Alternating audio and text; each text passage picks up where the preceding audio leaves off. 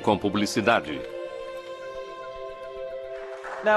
E por falar em publicidade, a oferta inicial das ações do Google recebeu mais publicidade do que qualquer outra oferta na história. Quando o Google estava se preparando para abrir o capital, precisou revelar um segredo muito bem guardado: suas receitas e lucros incrivelmente altos. Isso pegou os observadores de investimentos de surpresa, fazendo com que a ação do Google se tornasse muito atraente.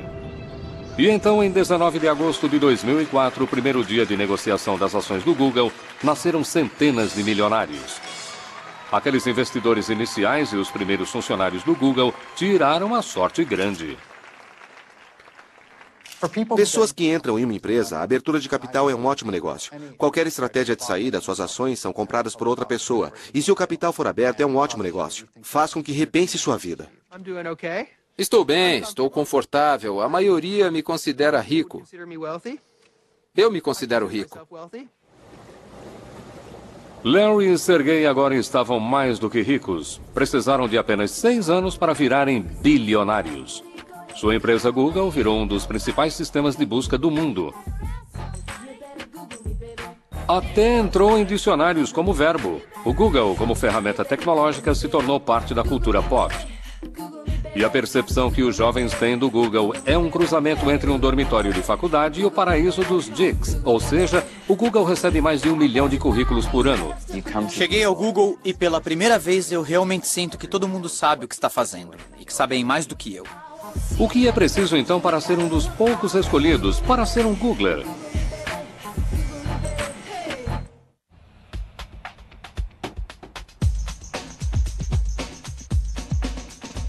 O Google PACS, como é conhecido pelos Googlers que o habitam, é montado de forma a fazer com que se sinta o melhor e mais brilhante. E que merece aquelas refeições incluídas, o serviço de massagista subsidiado, a lavanderia gratuita, assim como o barbeiro sobre rodas.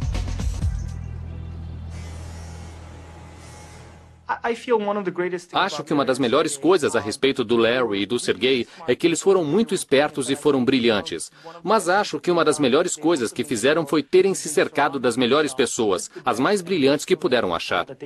O Google recebe mais de 1 milhão de currículos por ano, mas para entrar para a turma dos 20 mil Googlers no mundo todo é necessário passar por uma série terrível de testes e entrevistas. Rajen Seth, outro graduado em ciência da computação em Stanford, trabalhou em outras empresas de alta tecnologia antes de se aproximar do Google. Acho que passei por algo entre 10 a 15 entrevistas na época. E finalmente minha última entrevista foi com Larry. Literalmente cheguei um dia e me sentei no escritório do Larry Page e fui entrevistado por ele.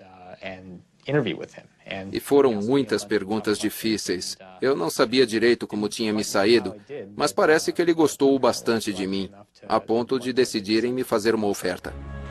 Entre os funcionários mais queridos no Google, logo depois dos engenheiros de ciência da computação, estão os novos contratados, chamados de APMs, ou gerentes de produto associados. Uma grande parte do motivo pelo qual o Google contratou associados, como no meu caso, gerentes de produtos associados recém-saídos da escola naquele momento, foi para poder educar esses futuros gerentes de produtos como eu, da forma que o Google queria que eles fossem. A maioria é de jovens recém-formados, com notas incrivelmente altas e recebem muita responsabilidade e autoridade no começo de sua carreira. Não estamos priorizando isso agora, mas não achamos que será possível substituir a página inicial desde o primeiro dia. Dentre a safra mais recente dos APMs está um canadense, Jeff Harris. A minha função aqui, que é de gerente de produto associado, é meio que projetada para pessoas que têm base técnica, mas não estão necessariamente codificando no dia a dia. No final das contas, meu trabalho é fazer a comunicação com os engenheiros que fazem a codificação o tempo todo e verificar se todos eles estão trabalhando juntos para o mesmo objetivo. Eu acabei de fazer 22 anos. Acho que a maior surpresa de se trabalhar no Google é como são abertos a respeito de tudo que estamos fazendo. Eu posso olhar no nosso site interno e ver detalhes de todos os projetos que estão sendo feitos, e isso é ótimo do ponto de vista organizacional.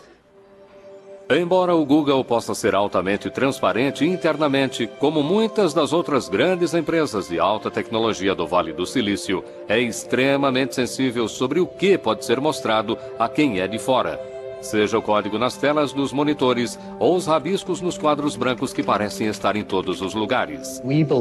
Gostamos de ter quadros brancos em todos os cantos e a razão para isso é alimentar a criatividade. É possível desenhar coisas, comunicar ideias e trabalhar com outras pessoas naquela ideia. É possível publicar de forma programada a liberação ao mesmo tempo ou não? Sim. Então, muitas vezes, as pessoas pegam o celular e tiram uma foto do quadro branco, enviam isso por e-mail e elas acabam fazendo parte das notas da reunião. Além dos quadros brancos e barracas de comida espalhados, o outro aspecto incrível dos escritórios do Google é a ausência de papel. Operamos praticamente sem usar papel. Uma das coisas que fizemos aqui no Google é que os usuários têm laptops que levam consigo para as reuniões a que comparecem. As anotações são feitas de forma eletrônica para que possam ser instantaneamente compartilhadas com as pessoas. Um apetite insaciável para o que é novo e inovador, cobrindo um amplo espectro de tecnologias, significa que o Google está constantemente começando. É claro que nem tudo é inventado no Google. Também temos equipes procurando novas tecnologias em pequenas empresas que podemos escolher, que podemos comprar e que se beneficiarão da estrutura do Google. Com bastante dinheiro e ações à sua disposição, o Google pode comprar empresas pelas quais se interesse. Foi assim que o YouTube se tornou um produto Google, assim como o Google Earth e o Picasa, assim como o programa de processamento de texto baseado na web chamado Writely. Writely era um processador de texto no navegador. Você o acessa como um site normal e trabalha. O Google nos percebeu porque recebemos muita divulgação. O Google comprou o Writely e contratou seus fundadores para ajudar a desenvolvê-lo. Minha experiência foi como uma criança que está fazendo pequenos barcos de papel em um riachinho qualquer. E estava ótimo e divertido. Aí um ricaço passa por ali e diz: rapaz, está ótimo, pega esse monte de placas grossas e um exército de soldadores e quero que construam uma esquadra de navios de batalha. O Writely foi modificado para o Google Docs, um processador que tira os dados do computador pessoal para os servidores do Google. É meio estranho e esquisito. Sou definitivamente um cara de barba grisalha. Tenho 42 anos, não que seja tão velho, mas aqui estou na parte superior da faixa etária. Há muitos engenheiros jovens aqui. Não me incomoda. Acho que é interessante. Acho que todo mundo chega a este ponto na carreira em que as coisas começam a parecer óbvias. Não me incomodo com a cultura técnica aqui. Isso não me intimida. Sou um codificador muito produtivo, feroz, bem dedicado, mesmo quando escrevo códigos, e eles morrem de medo de mim, então eles não me incomodam. Eu não estava aqui quando fundaram tudo, mas entendo que a concepção básica da cultura é que queriam fazer e enxergar tudo do ponto de vista de um engenheiro. Desse ponto de vista, a eficiência pode muito bem ser o objetivo principal do engenheiro. Precisamos de mais triagem. Você abre um documento de texto no Gmail e dá erro. A maioria das equipes faz isso toda manhã. Tem uma reunião em pé, é muito curta, dura uns 10 minutos. Cada um fala no máximo 1 minuto. O lápis é a concha do Senhor das Moscas, lembra disso? Quem está com o lápis está com a palavra. É por isso que foi uma reunião muito eficaz e levou apenas 5 minutos para contarmos para a equipe tudo o que está acontecendo. Outra reunião em que os membros da equipe do Google Docs precisam discutir problemas ocorre durante a caminhada Writely semanal. Acho que é interessante tentar fazer coisas importantes para mudar o mundo. Acho que é por isso que gosto de estar no Google. Queremos mudar o mundo, queremos fazer coisas grandiosas. Qual o problema com o algoritmo que temos? O cara ficou editando por 8 horas. O começo e o final foram cortados. Não, tudo bem. Temos que lidar com dezenas de milhões de usuários, grandes centros de dados e grandes máquinas e grande engenharia. E é muito legal. Para Dicks de computador, a diversão começou mesmo em 1976, em uma garagem do Vale do Silício, quando 2 desistentes da faculdade começaram uma empresa chamada Apple e lançaram uma revolução, a revolução dos computadores pessoais. O poder do computador pessoal cobriu milhões de lares e escritórios em todo o mundo e mudou tudo. Mas agora, após mais de 1/4 de século se insinuando em nossas vidas, o computador perdeu quase todo o seu brilho mágico. O Google está de olho na criação de outra revolução ao eliminar a necessidade de computadores pessoais. Ele quer colocar o máximo de dados que for possível em seus próprios servidores. Uma das coisas que acho subestimada é que desde o começo, já em Stanford, eles eram ótimos em minimizar o custo de montar sistemas computacionais. E continuaram com essa capacidade de gerar imenso poder computacional a custos relativamente baixos. Desde seu começo, o Google definiu como prioridade produzir o mais barato possível todos os seus servidores em instalações de armazenamento para lidar com sua vasta busca e registro da internet. E conforme a internet cresceu, o mesmo ocorreu com a necessidade de capacidade computacional. O Google constrói grandes centros de dados. Usamos componentes de computadores pessoais e construímos muitos sistemas especializados agora para lidar com o tipo de escala que é necessária. A escala está no coração do Google. Não apenas o Google tem acesso a poder computacional quase infinito, mas o que talvez valha mais é o fato de ter acumulado uma coleção incrível de dados. Dados que podem ser usados para teste numa escala nunca antes vista pela maioria dos novos engenheiros computacionais. Meu colega e eu estávamos jogando algumas ideias e falávamos de algo que depois acabou sendo algo próximo ao Google, bookmarks. E fizemos alguns cálculos e falamos que seria, sei lá, 4 petabytes de dados. Não é tanto assim. E aquela sentença, 4 petabytes de dados, não é tanto assim. É algo que, antes de eu ter ido para o Google, teria sido um choque ouvir essas palavras saindo da minha boca.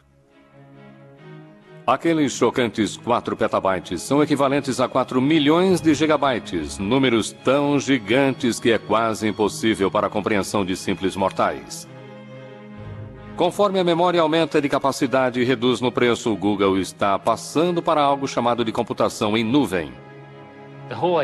A ideia toda por trás da computação em nuvem é ir adiante e colocar tudo em um servidor administrado por profissionais. O problema hoje é que todas as suas coisas estão em seu computador. Se ele cair, quebrar, se apagar, é um desastre. Por que não colocar então tudo que é importante em outro lugar, manter em segurança sob seu controle, que esteja disponível sempre que precisar em todos os dispositivos e onde quer que você esteja? A mudança para a nuvem está fazendo uma revolução na forma como nos comunicamos, como trabalhamos, como nos divertimos, na verdade, como vivemos. As pessoas imaginam o que aconteceria em informações que são minhas exclusivas, meus registros bancários, meu histórico de saúde, seja lá o que for, mas que eu não controlo. Estão sentadas lá em algum lugar. E preciso confiar que quem esteja cuidando delas não as use para algo indesejável. Será que a mudança para a nuvem abrirá a porta para que os governos e as empresas acessem secretamente dados a nosso respeito?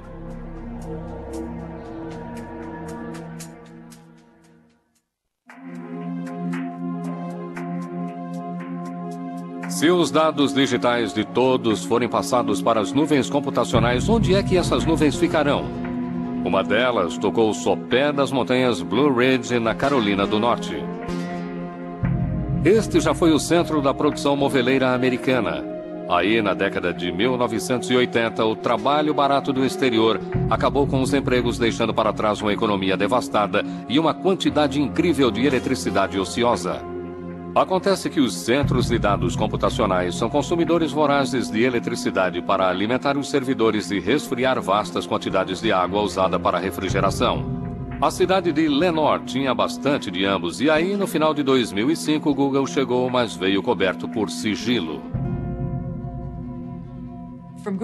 Do ponto de vista do Google, pelo menos como eu entendo, foi que aquela corrida para construir esses centros de dados é tão intensa e a informação, pelo menos da forma como eles veem, é tão exclusiva que eles não queriam que nenhum de seus concorrentes soubesse o que estavam fazendo.